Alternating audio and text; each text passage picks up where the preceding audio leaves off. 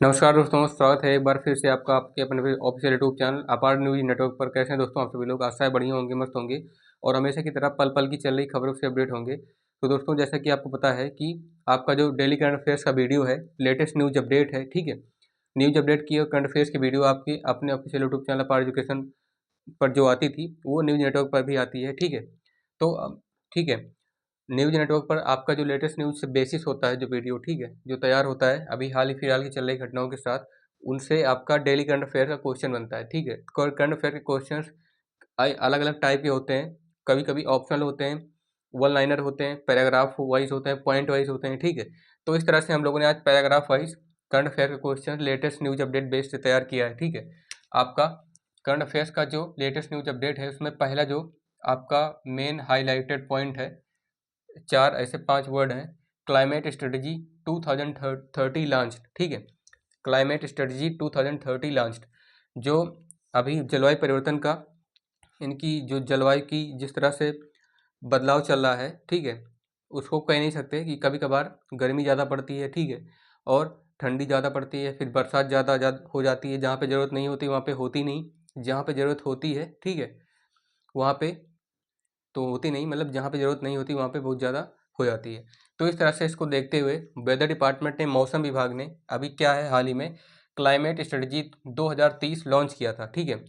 तो लॉन्च तो खैर बहुत पहले कर दिया था, 2024 में ही। इस पे अभी हाल ही फिलहाल में बात चल रही है कि जो स्ट्रेटजी लॉन्च की गई है वो किस तरह से काम करेगी, किस तरह से इसका प्रोसेस होगा, ये जानते हैं।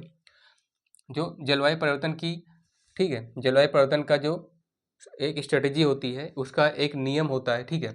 तो उस तरह से उसकी जो रणनीति है जलवायु परिवर्तन की 2030 की, वो शुरू कर दी गई है। किस आधार पर शुरू की गई है आएगा जानते हैं। द नाबार्ड ऑन अप्रैल 24 2024, ठीक है, 24 अप्रैल 2024, आज के ठीक 1.5 साल पहले, है ना। 24 अप्रैल 2024 को रिलीज हुआ क्लाइमेट स्ट्रेटजी 2030 डॉक्यूमेंट। ये बताता क्या है कि the plan seeks to raise fund for national initiatives addressing resilience, adaptation and mitigation of climate change. ये जो क्लाइमेट की स्ट्रेटजी है, जलवायु की, ये बताता है मुख्य रूप से क्या, फंड को रेज करता है, ठीक है। फंड को रेज करने के बारे में ये जो है बताता है, खास जानकारी देता है कि जितने भी नेशनल डिस्ट्रीब्यूटर्स हैं, जैसे उसमें बिजनेसमैन हो गया, है ना, और जो जितने भी बड़े बड़े इंडस्ट्रियलिस्ट हैं, बिजनेसमैन्स हैं, और जो लोग ऑनलाइन साइड इनकम कर रहे हैं अपना, ठीक है, बड़े बड़े ब्रांड्स के साथ, उन लोगों के लिए क्या करता है, हम सभी लोगों के लिए, तो उन उन लोगों मतलब उन लोगों से भी क्या करता है, ये फंड रेज करता है, ठीक है। फंड रेज करने का मतलब इकट्ठा करता है, कलेक्ट करता है, फंड रेज करने की बात करता है, ताकि क्लाइमेट का असर जो है हम सभी लोगों पर उतना ना पड़े, है ना।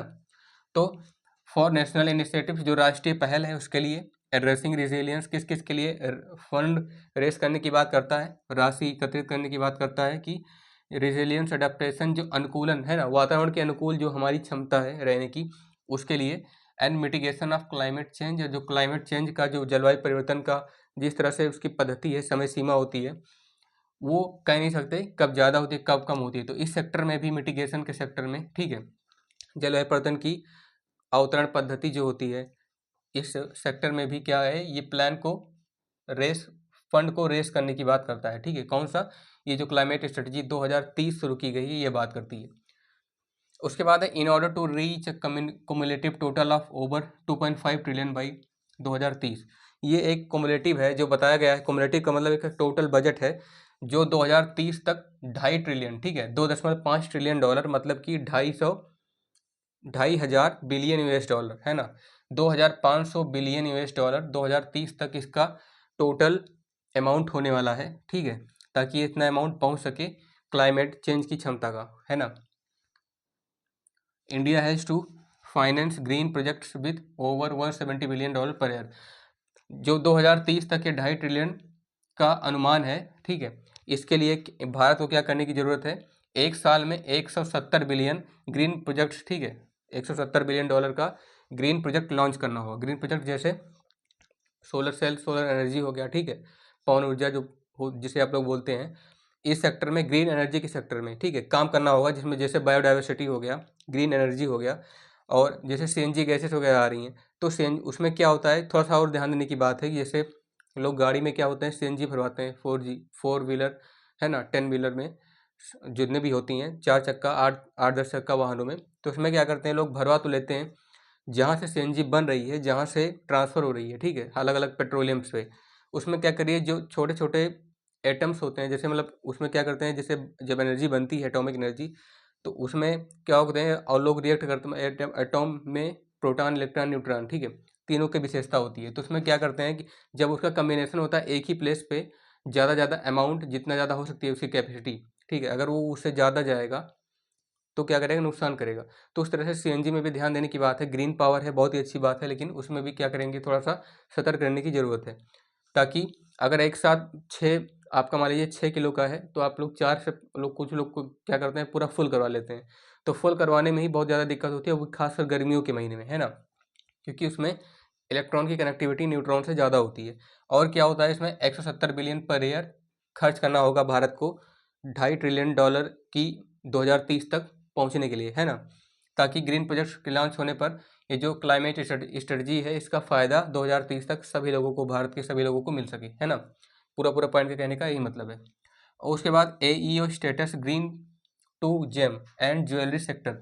जो एईओ स्टेटस है वो जेम और ज्वेलरी सेक्टर को दिया गया है। एईओ स्टेटस का क्या मतलब है, ये अभी इसके बारे में हम लोग जानेंगे कि एईओ स्टेटस होता क्या है, ठीक है। उसके पहले जान लेते हैं कि जेम और ज्वेलरी सेक्टर यानी कि रत्न और आभूषणों को एईओ स्टेटस, एक एईओ पहचान दी गई है, वो नाम क्या है, gem and jewellery sector export promotion council, GJEPC, ठीक है। इस GJEPC ने मैंने कि जो रत्न और आभूषण का निर्यात आयात होता है, रत्न और आभूषण निर्यात वृद्धि अधिनियम GJEPC, ठीक है, इसने क्या किया है कि अभी हाल ही में एक सिग्निफिकेंट मिलस्टोन ऑन अप्रैल 27 अप्रैल 2024 को एक, इसमें भी थोड़ा सा क्या हुआ कि इसमें एक सिग्निफिकेंट, एक माना जाना, मतलब कि क्या हुआ इसके साथ भी एक कठिन समस्या आई है। कौन सा कि when the Indian government granted, जब भारतीय गवर्नमेंट ने ग्रांट किया था, है ना, जेम और ज्वेलरी सेक्टर को ऑथराइज करने के लिए एक इकोनॉमिक ऑपरेशन एईओ स्टेटस देने के लिए, मतलब उसमें जैसे पहचान में नहीं आ रहा था रत्न और आभूषण को किस तरह से, विशेष रूप से जब उनका प्रमोशन करना हो तो उनको किस तरह से पहचानेंगे, ठीक है। जैसे कभी कभी कोई रत्न आभूषण आपको अष्टधातु की है और आपके सामने रख दी जाए, तो आप बिना विशेष पहचान के नहीं बताएंगे, ये नहीं बता पाएंगे कौन कौन से मेटल से मिलकर के वो बनी है, ठीक है। तो उसके लिए क्या किया, भारत सरकार ने जेम और ज्वेलरी सेक्टर को एईओ स्टेटस दिया। इसका मतलब क्या होता है अभी हम जानेंगे। In an effort to improve ease of doing business, this designation is now granted and allows for more efficient export import procedures, faster cargo release time frames and 50% reduced bank guarantees। इस पूरे पूरे point का कहने का ये मतलब है एकदम आसान सी भाषा में कि ये जो प्रयास है, ठीक है, वो किया जा रहा है सुधारने के लिए बिजनेस में, यानी कि व्यापार में, ठीक है, जो लाभ हानि होती है उसकी स्थिति को सुधारने के लिए किया जा रहा है। ये जो पद है, ठीक है, ये एईओ स्टेटस जो पोस्ट है एक टाइप का, ये एक ग्रांट किया हुआ पोस्ट है जो अलाउ कर रहा है ज़्यादा से ज़्यादा एफिशिएंट एक्सपोर्ट इंपोर्ट प्रोसीडर के लिए, ठीक है, मतलब ज़्यादा से ज़्यादा जो आयात निर्यात की मतलब का ज़्यादा से ज़्यादा जो लिमिट होता है, ठीक है, उसको कंसाइज करने के लिए एफिशिएंट इंपोर्ट एक्सपोर्ट हो, मतलब कि खुला आयात निर्यात हो, ठीक है, इस तरह का प्रोसीडर हो, और फास्टर कार्गो हो, ठीक है, फास्टर कार्गो का मतलब फास्टर कनेक्टिविटी हो, और release time frames, time to time इसका फ्रेम रिलीज हो करे, ठीक है, और 50% बैंक गारंटी का क्या है रेड्यूस हो सके, मतलब जो गारंटीज देता है बैंक इस जेम और ज्वेलरी सेक्टर पर, इसका जो 50% गारंटी है उसको कम किया जा सके, है ना। पूरा पूरा पॉइंट का कहने का ये मतलब है। तो ये इस तरह का आपको दिख रहा होगा क्लाइमेट स्ट्रेटजी 2030 लॉन्च हुआ था और एईओ स्टेटस रत्न और आभूषण सेक्टर को दिया गया था। तो किस तरह से आप लोगों ने अभी समझा, ठीक है, हम लोगों ने डिटेल्स में डिस्कस किया। अगर आपको इसमें थोड़ा सा भी कहीं भी दिक्कत या परेशानी नज़र आती है, समझ में नहीं आता है, तो पॉइंट पे आप लोग पूछ सकते हैं कि ठीक है किस किस तरह के क्वेश्चन बन सकते हैं। अभी हमने इस पर डिस्कस भी किया था। तो दोस्तों आशा है आप लोग इसे समझ गए होंगे, और अगर समझे नहीं है तो कमेंट में पूछिए कहाँ पे आपको समझ में नहीं आया, ठीक है। और ज़्यादा से ज़्यादा अगर आप हमारे वीडियो को पहली बार से देख रहे हैं तो इसे शेयर करने का प्रयास कीजिए जितना ज़्यादा हो सके। चैनल पर पहली बार हैं तो सब्सक्राइब कीजिएगा। मिलते हैं आपसे नेक्स्ट वीडियो में, तब तक आप लोग पढ़ते रहिए, धमाल मचाते रहिए। जय हिंद, वंदे मातरम।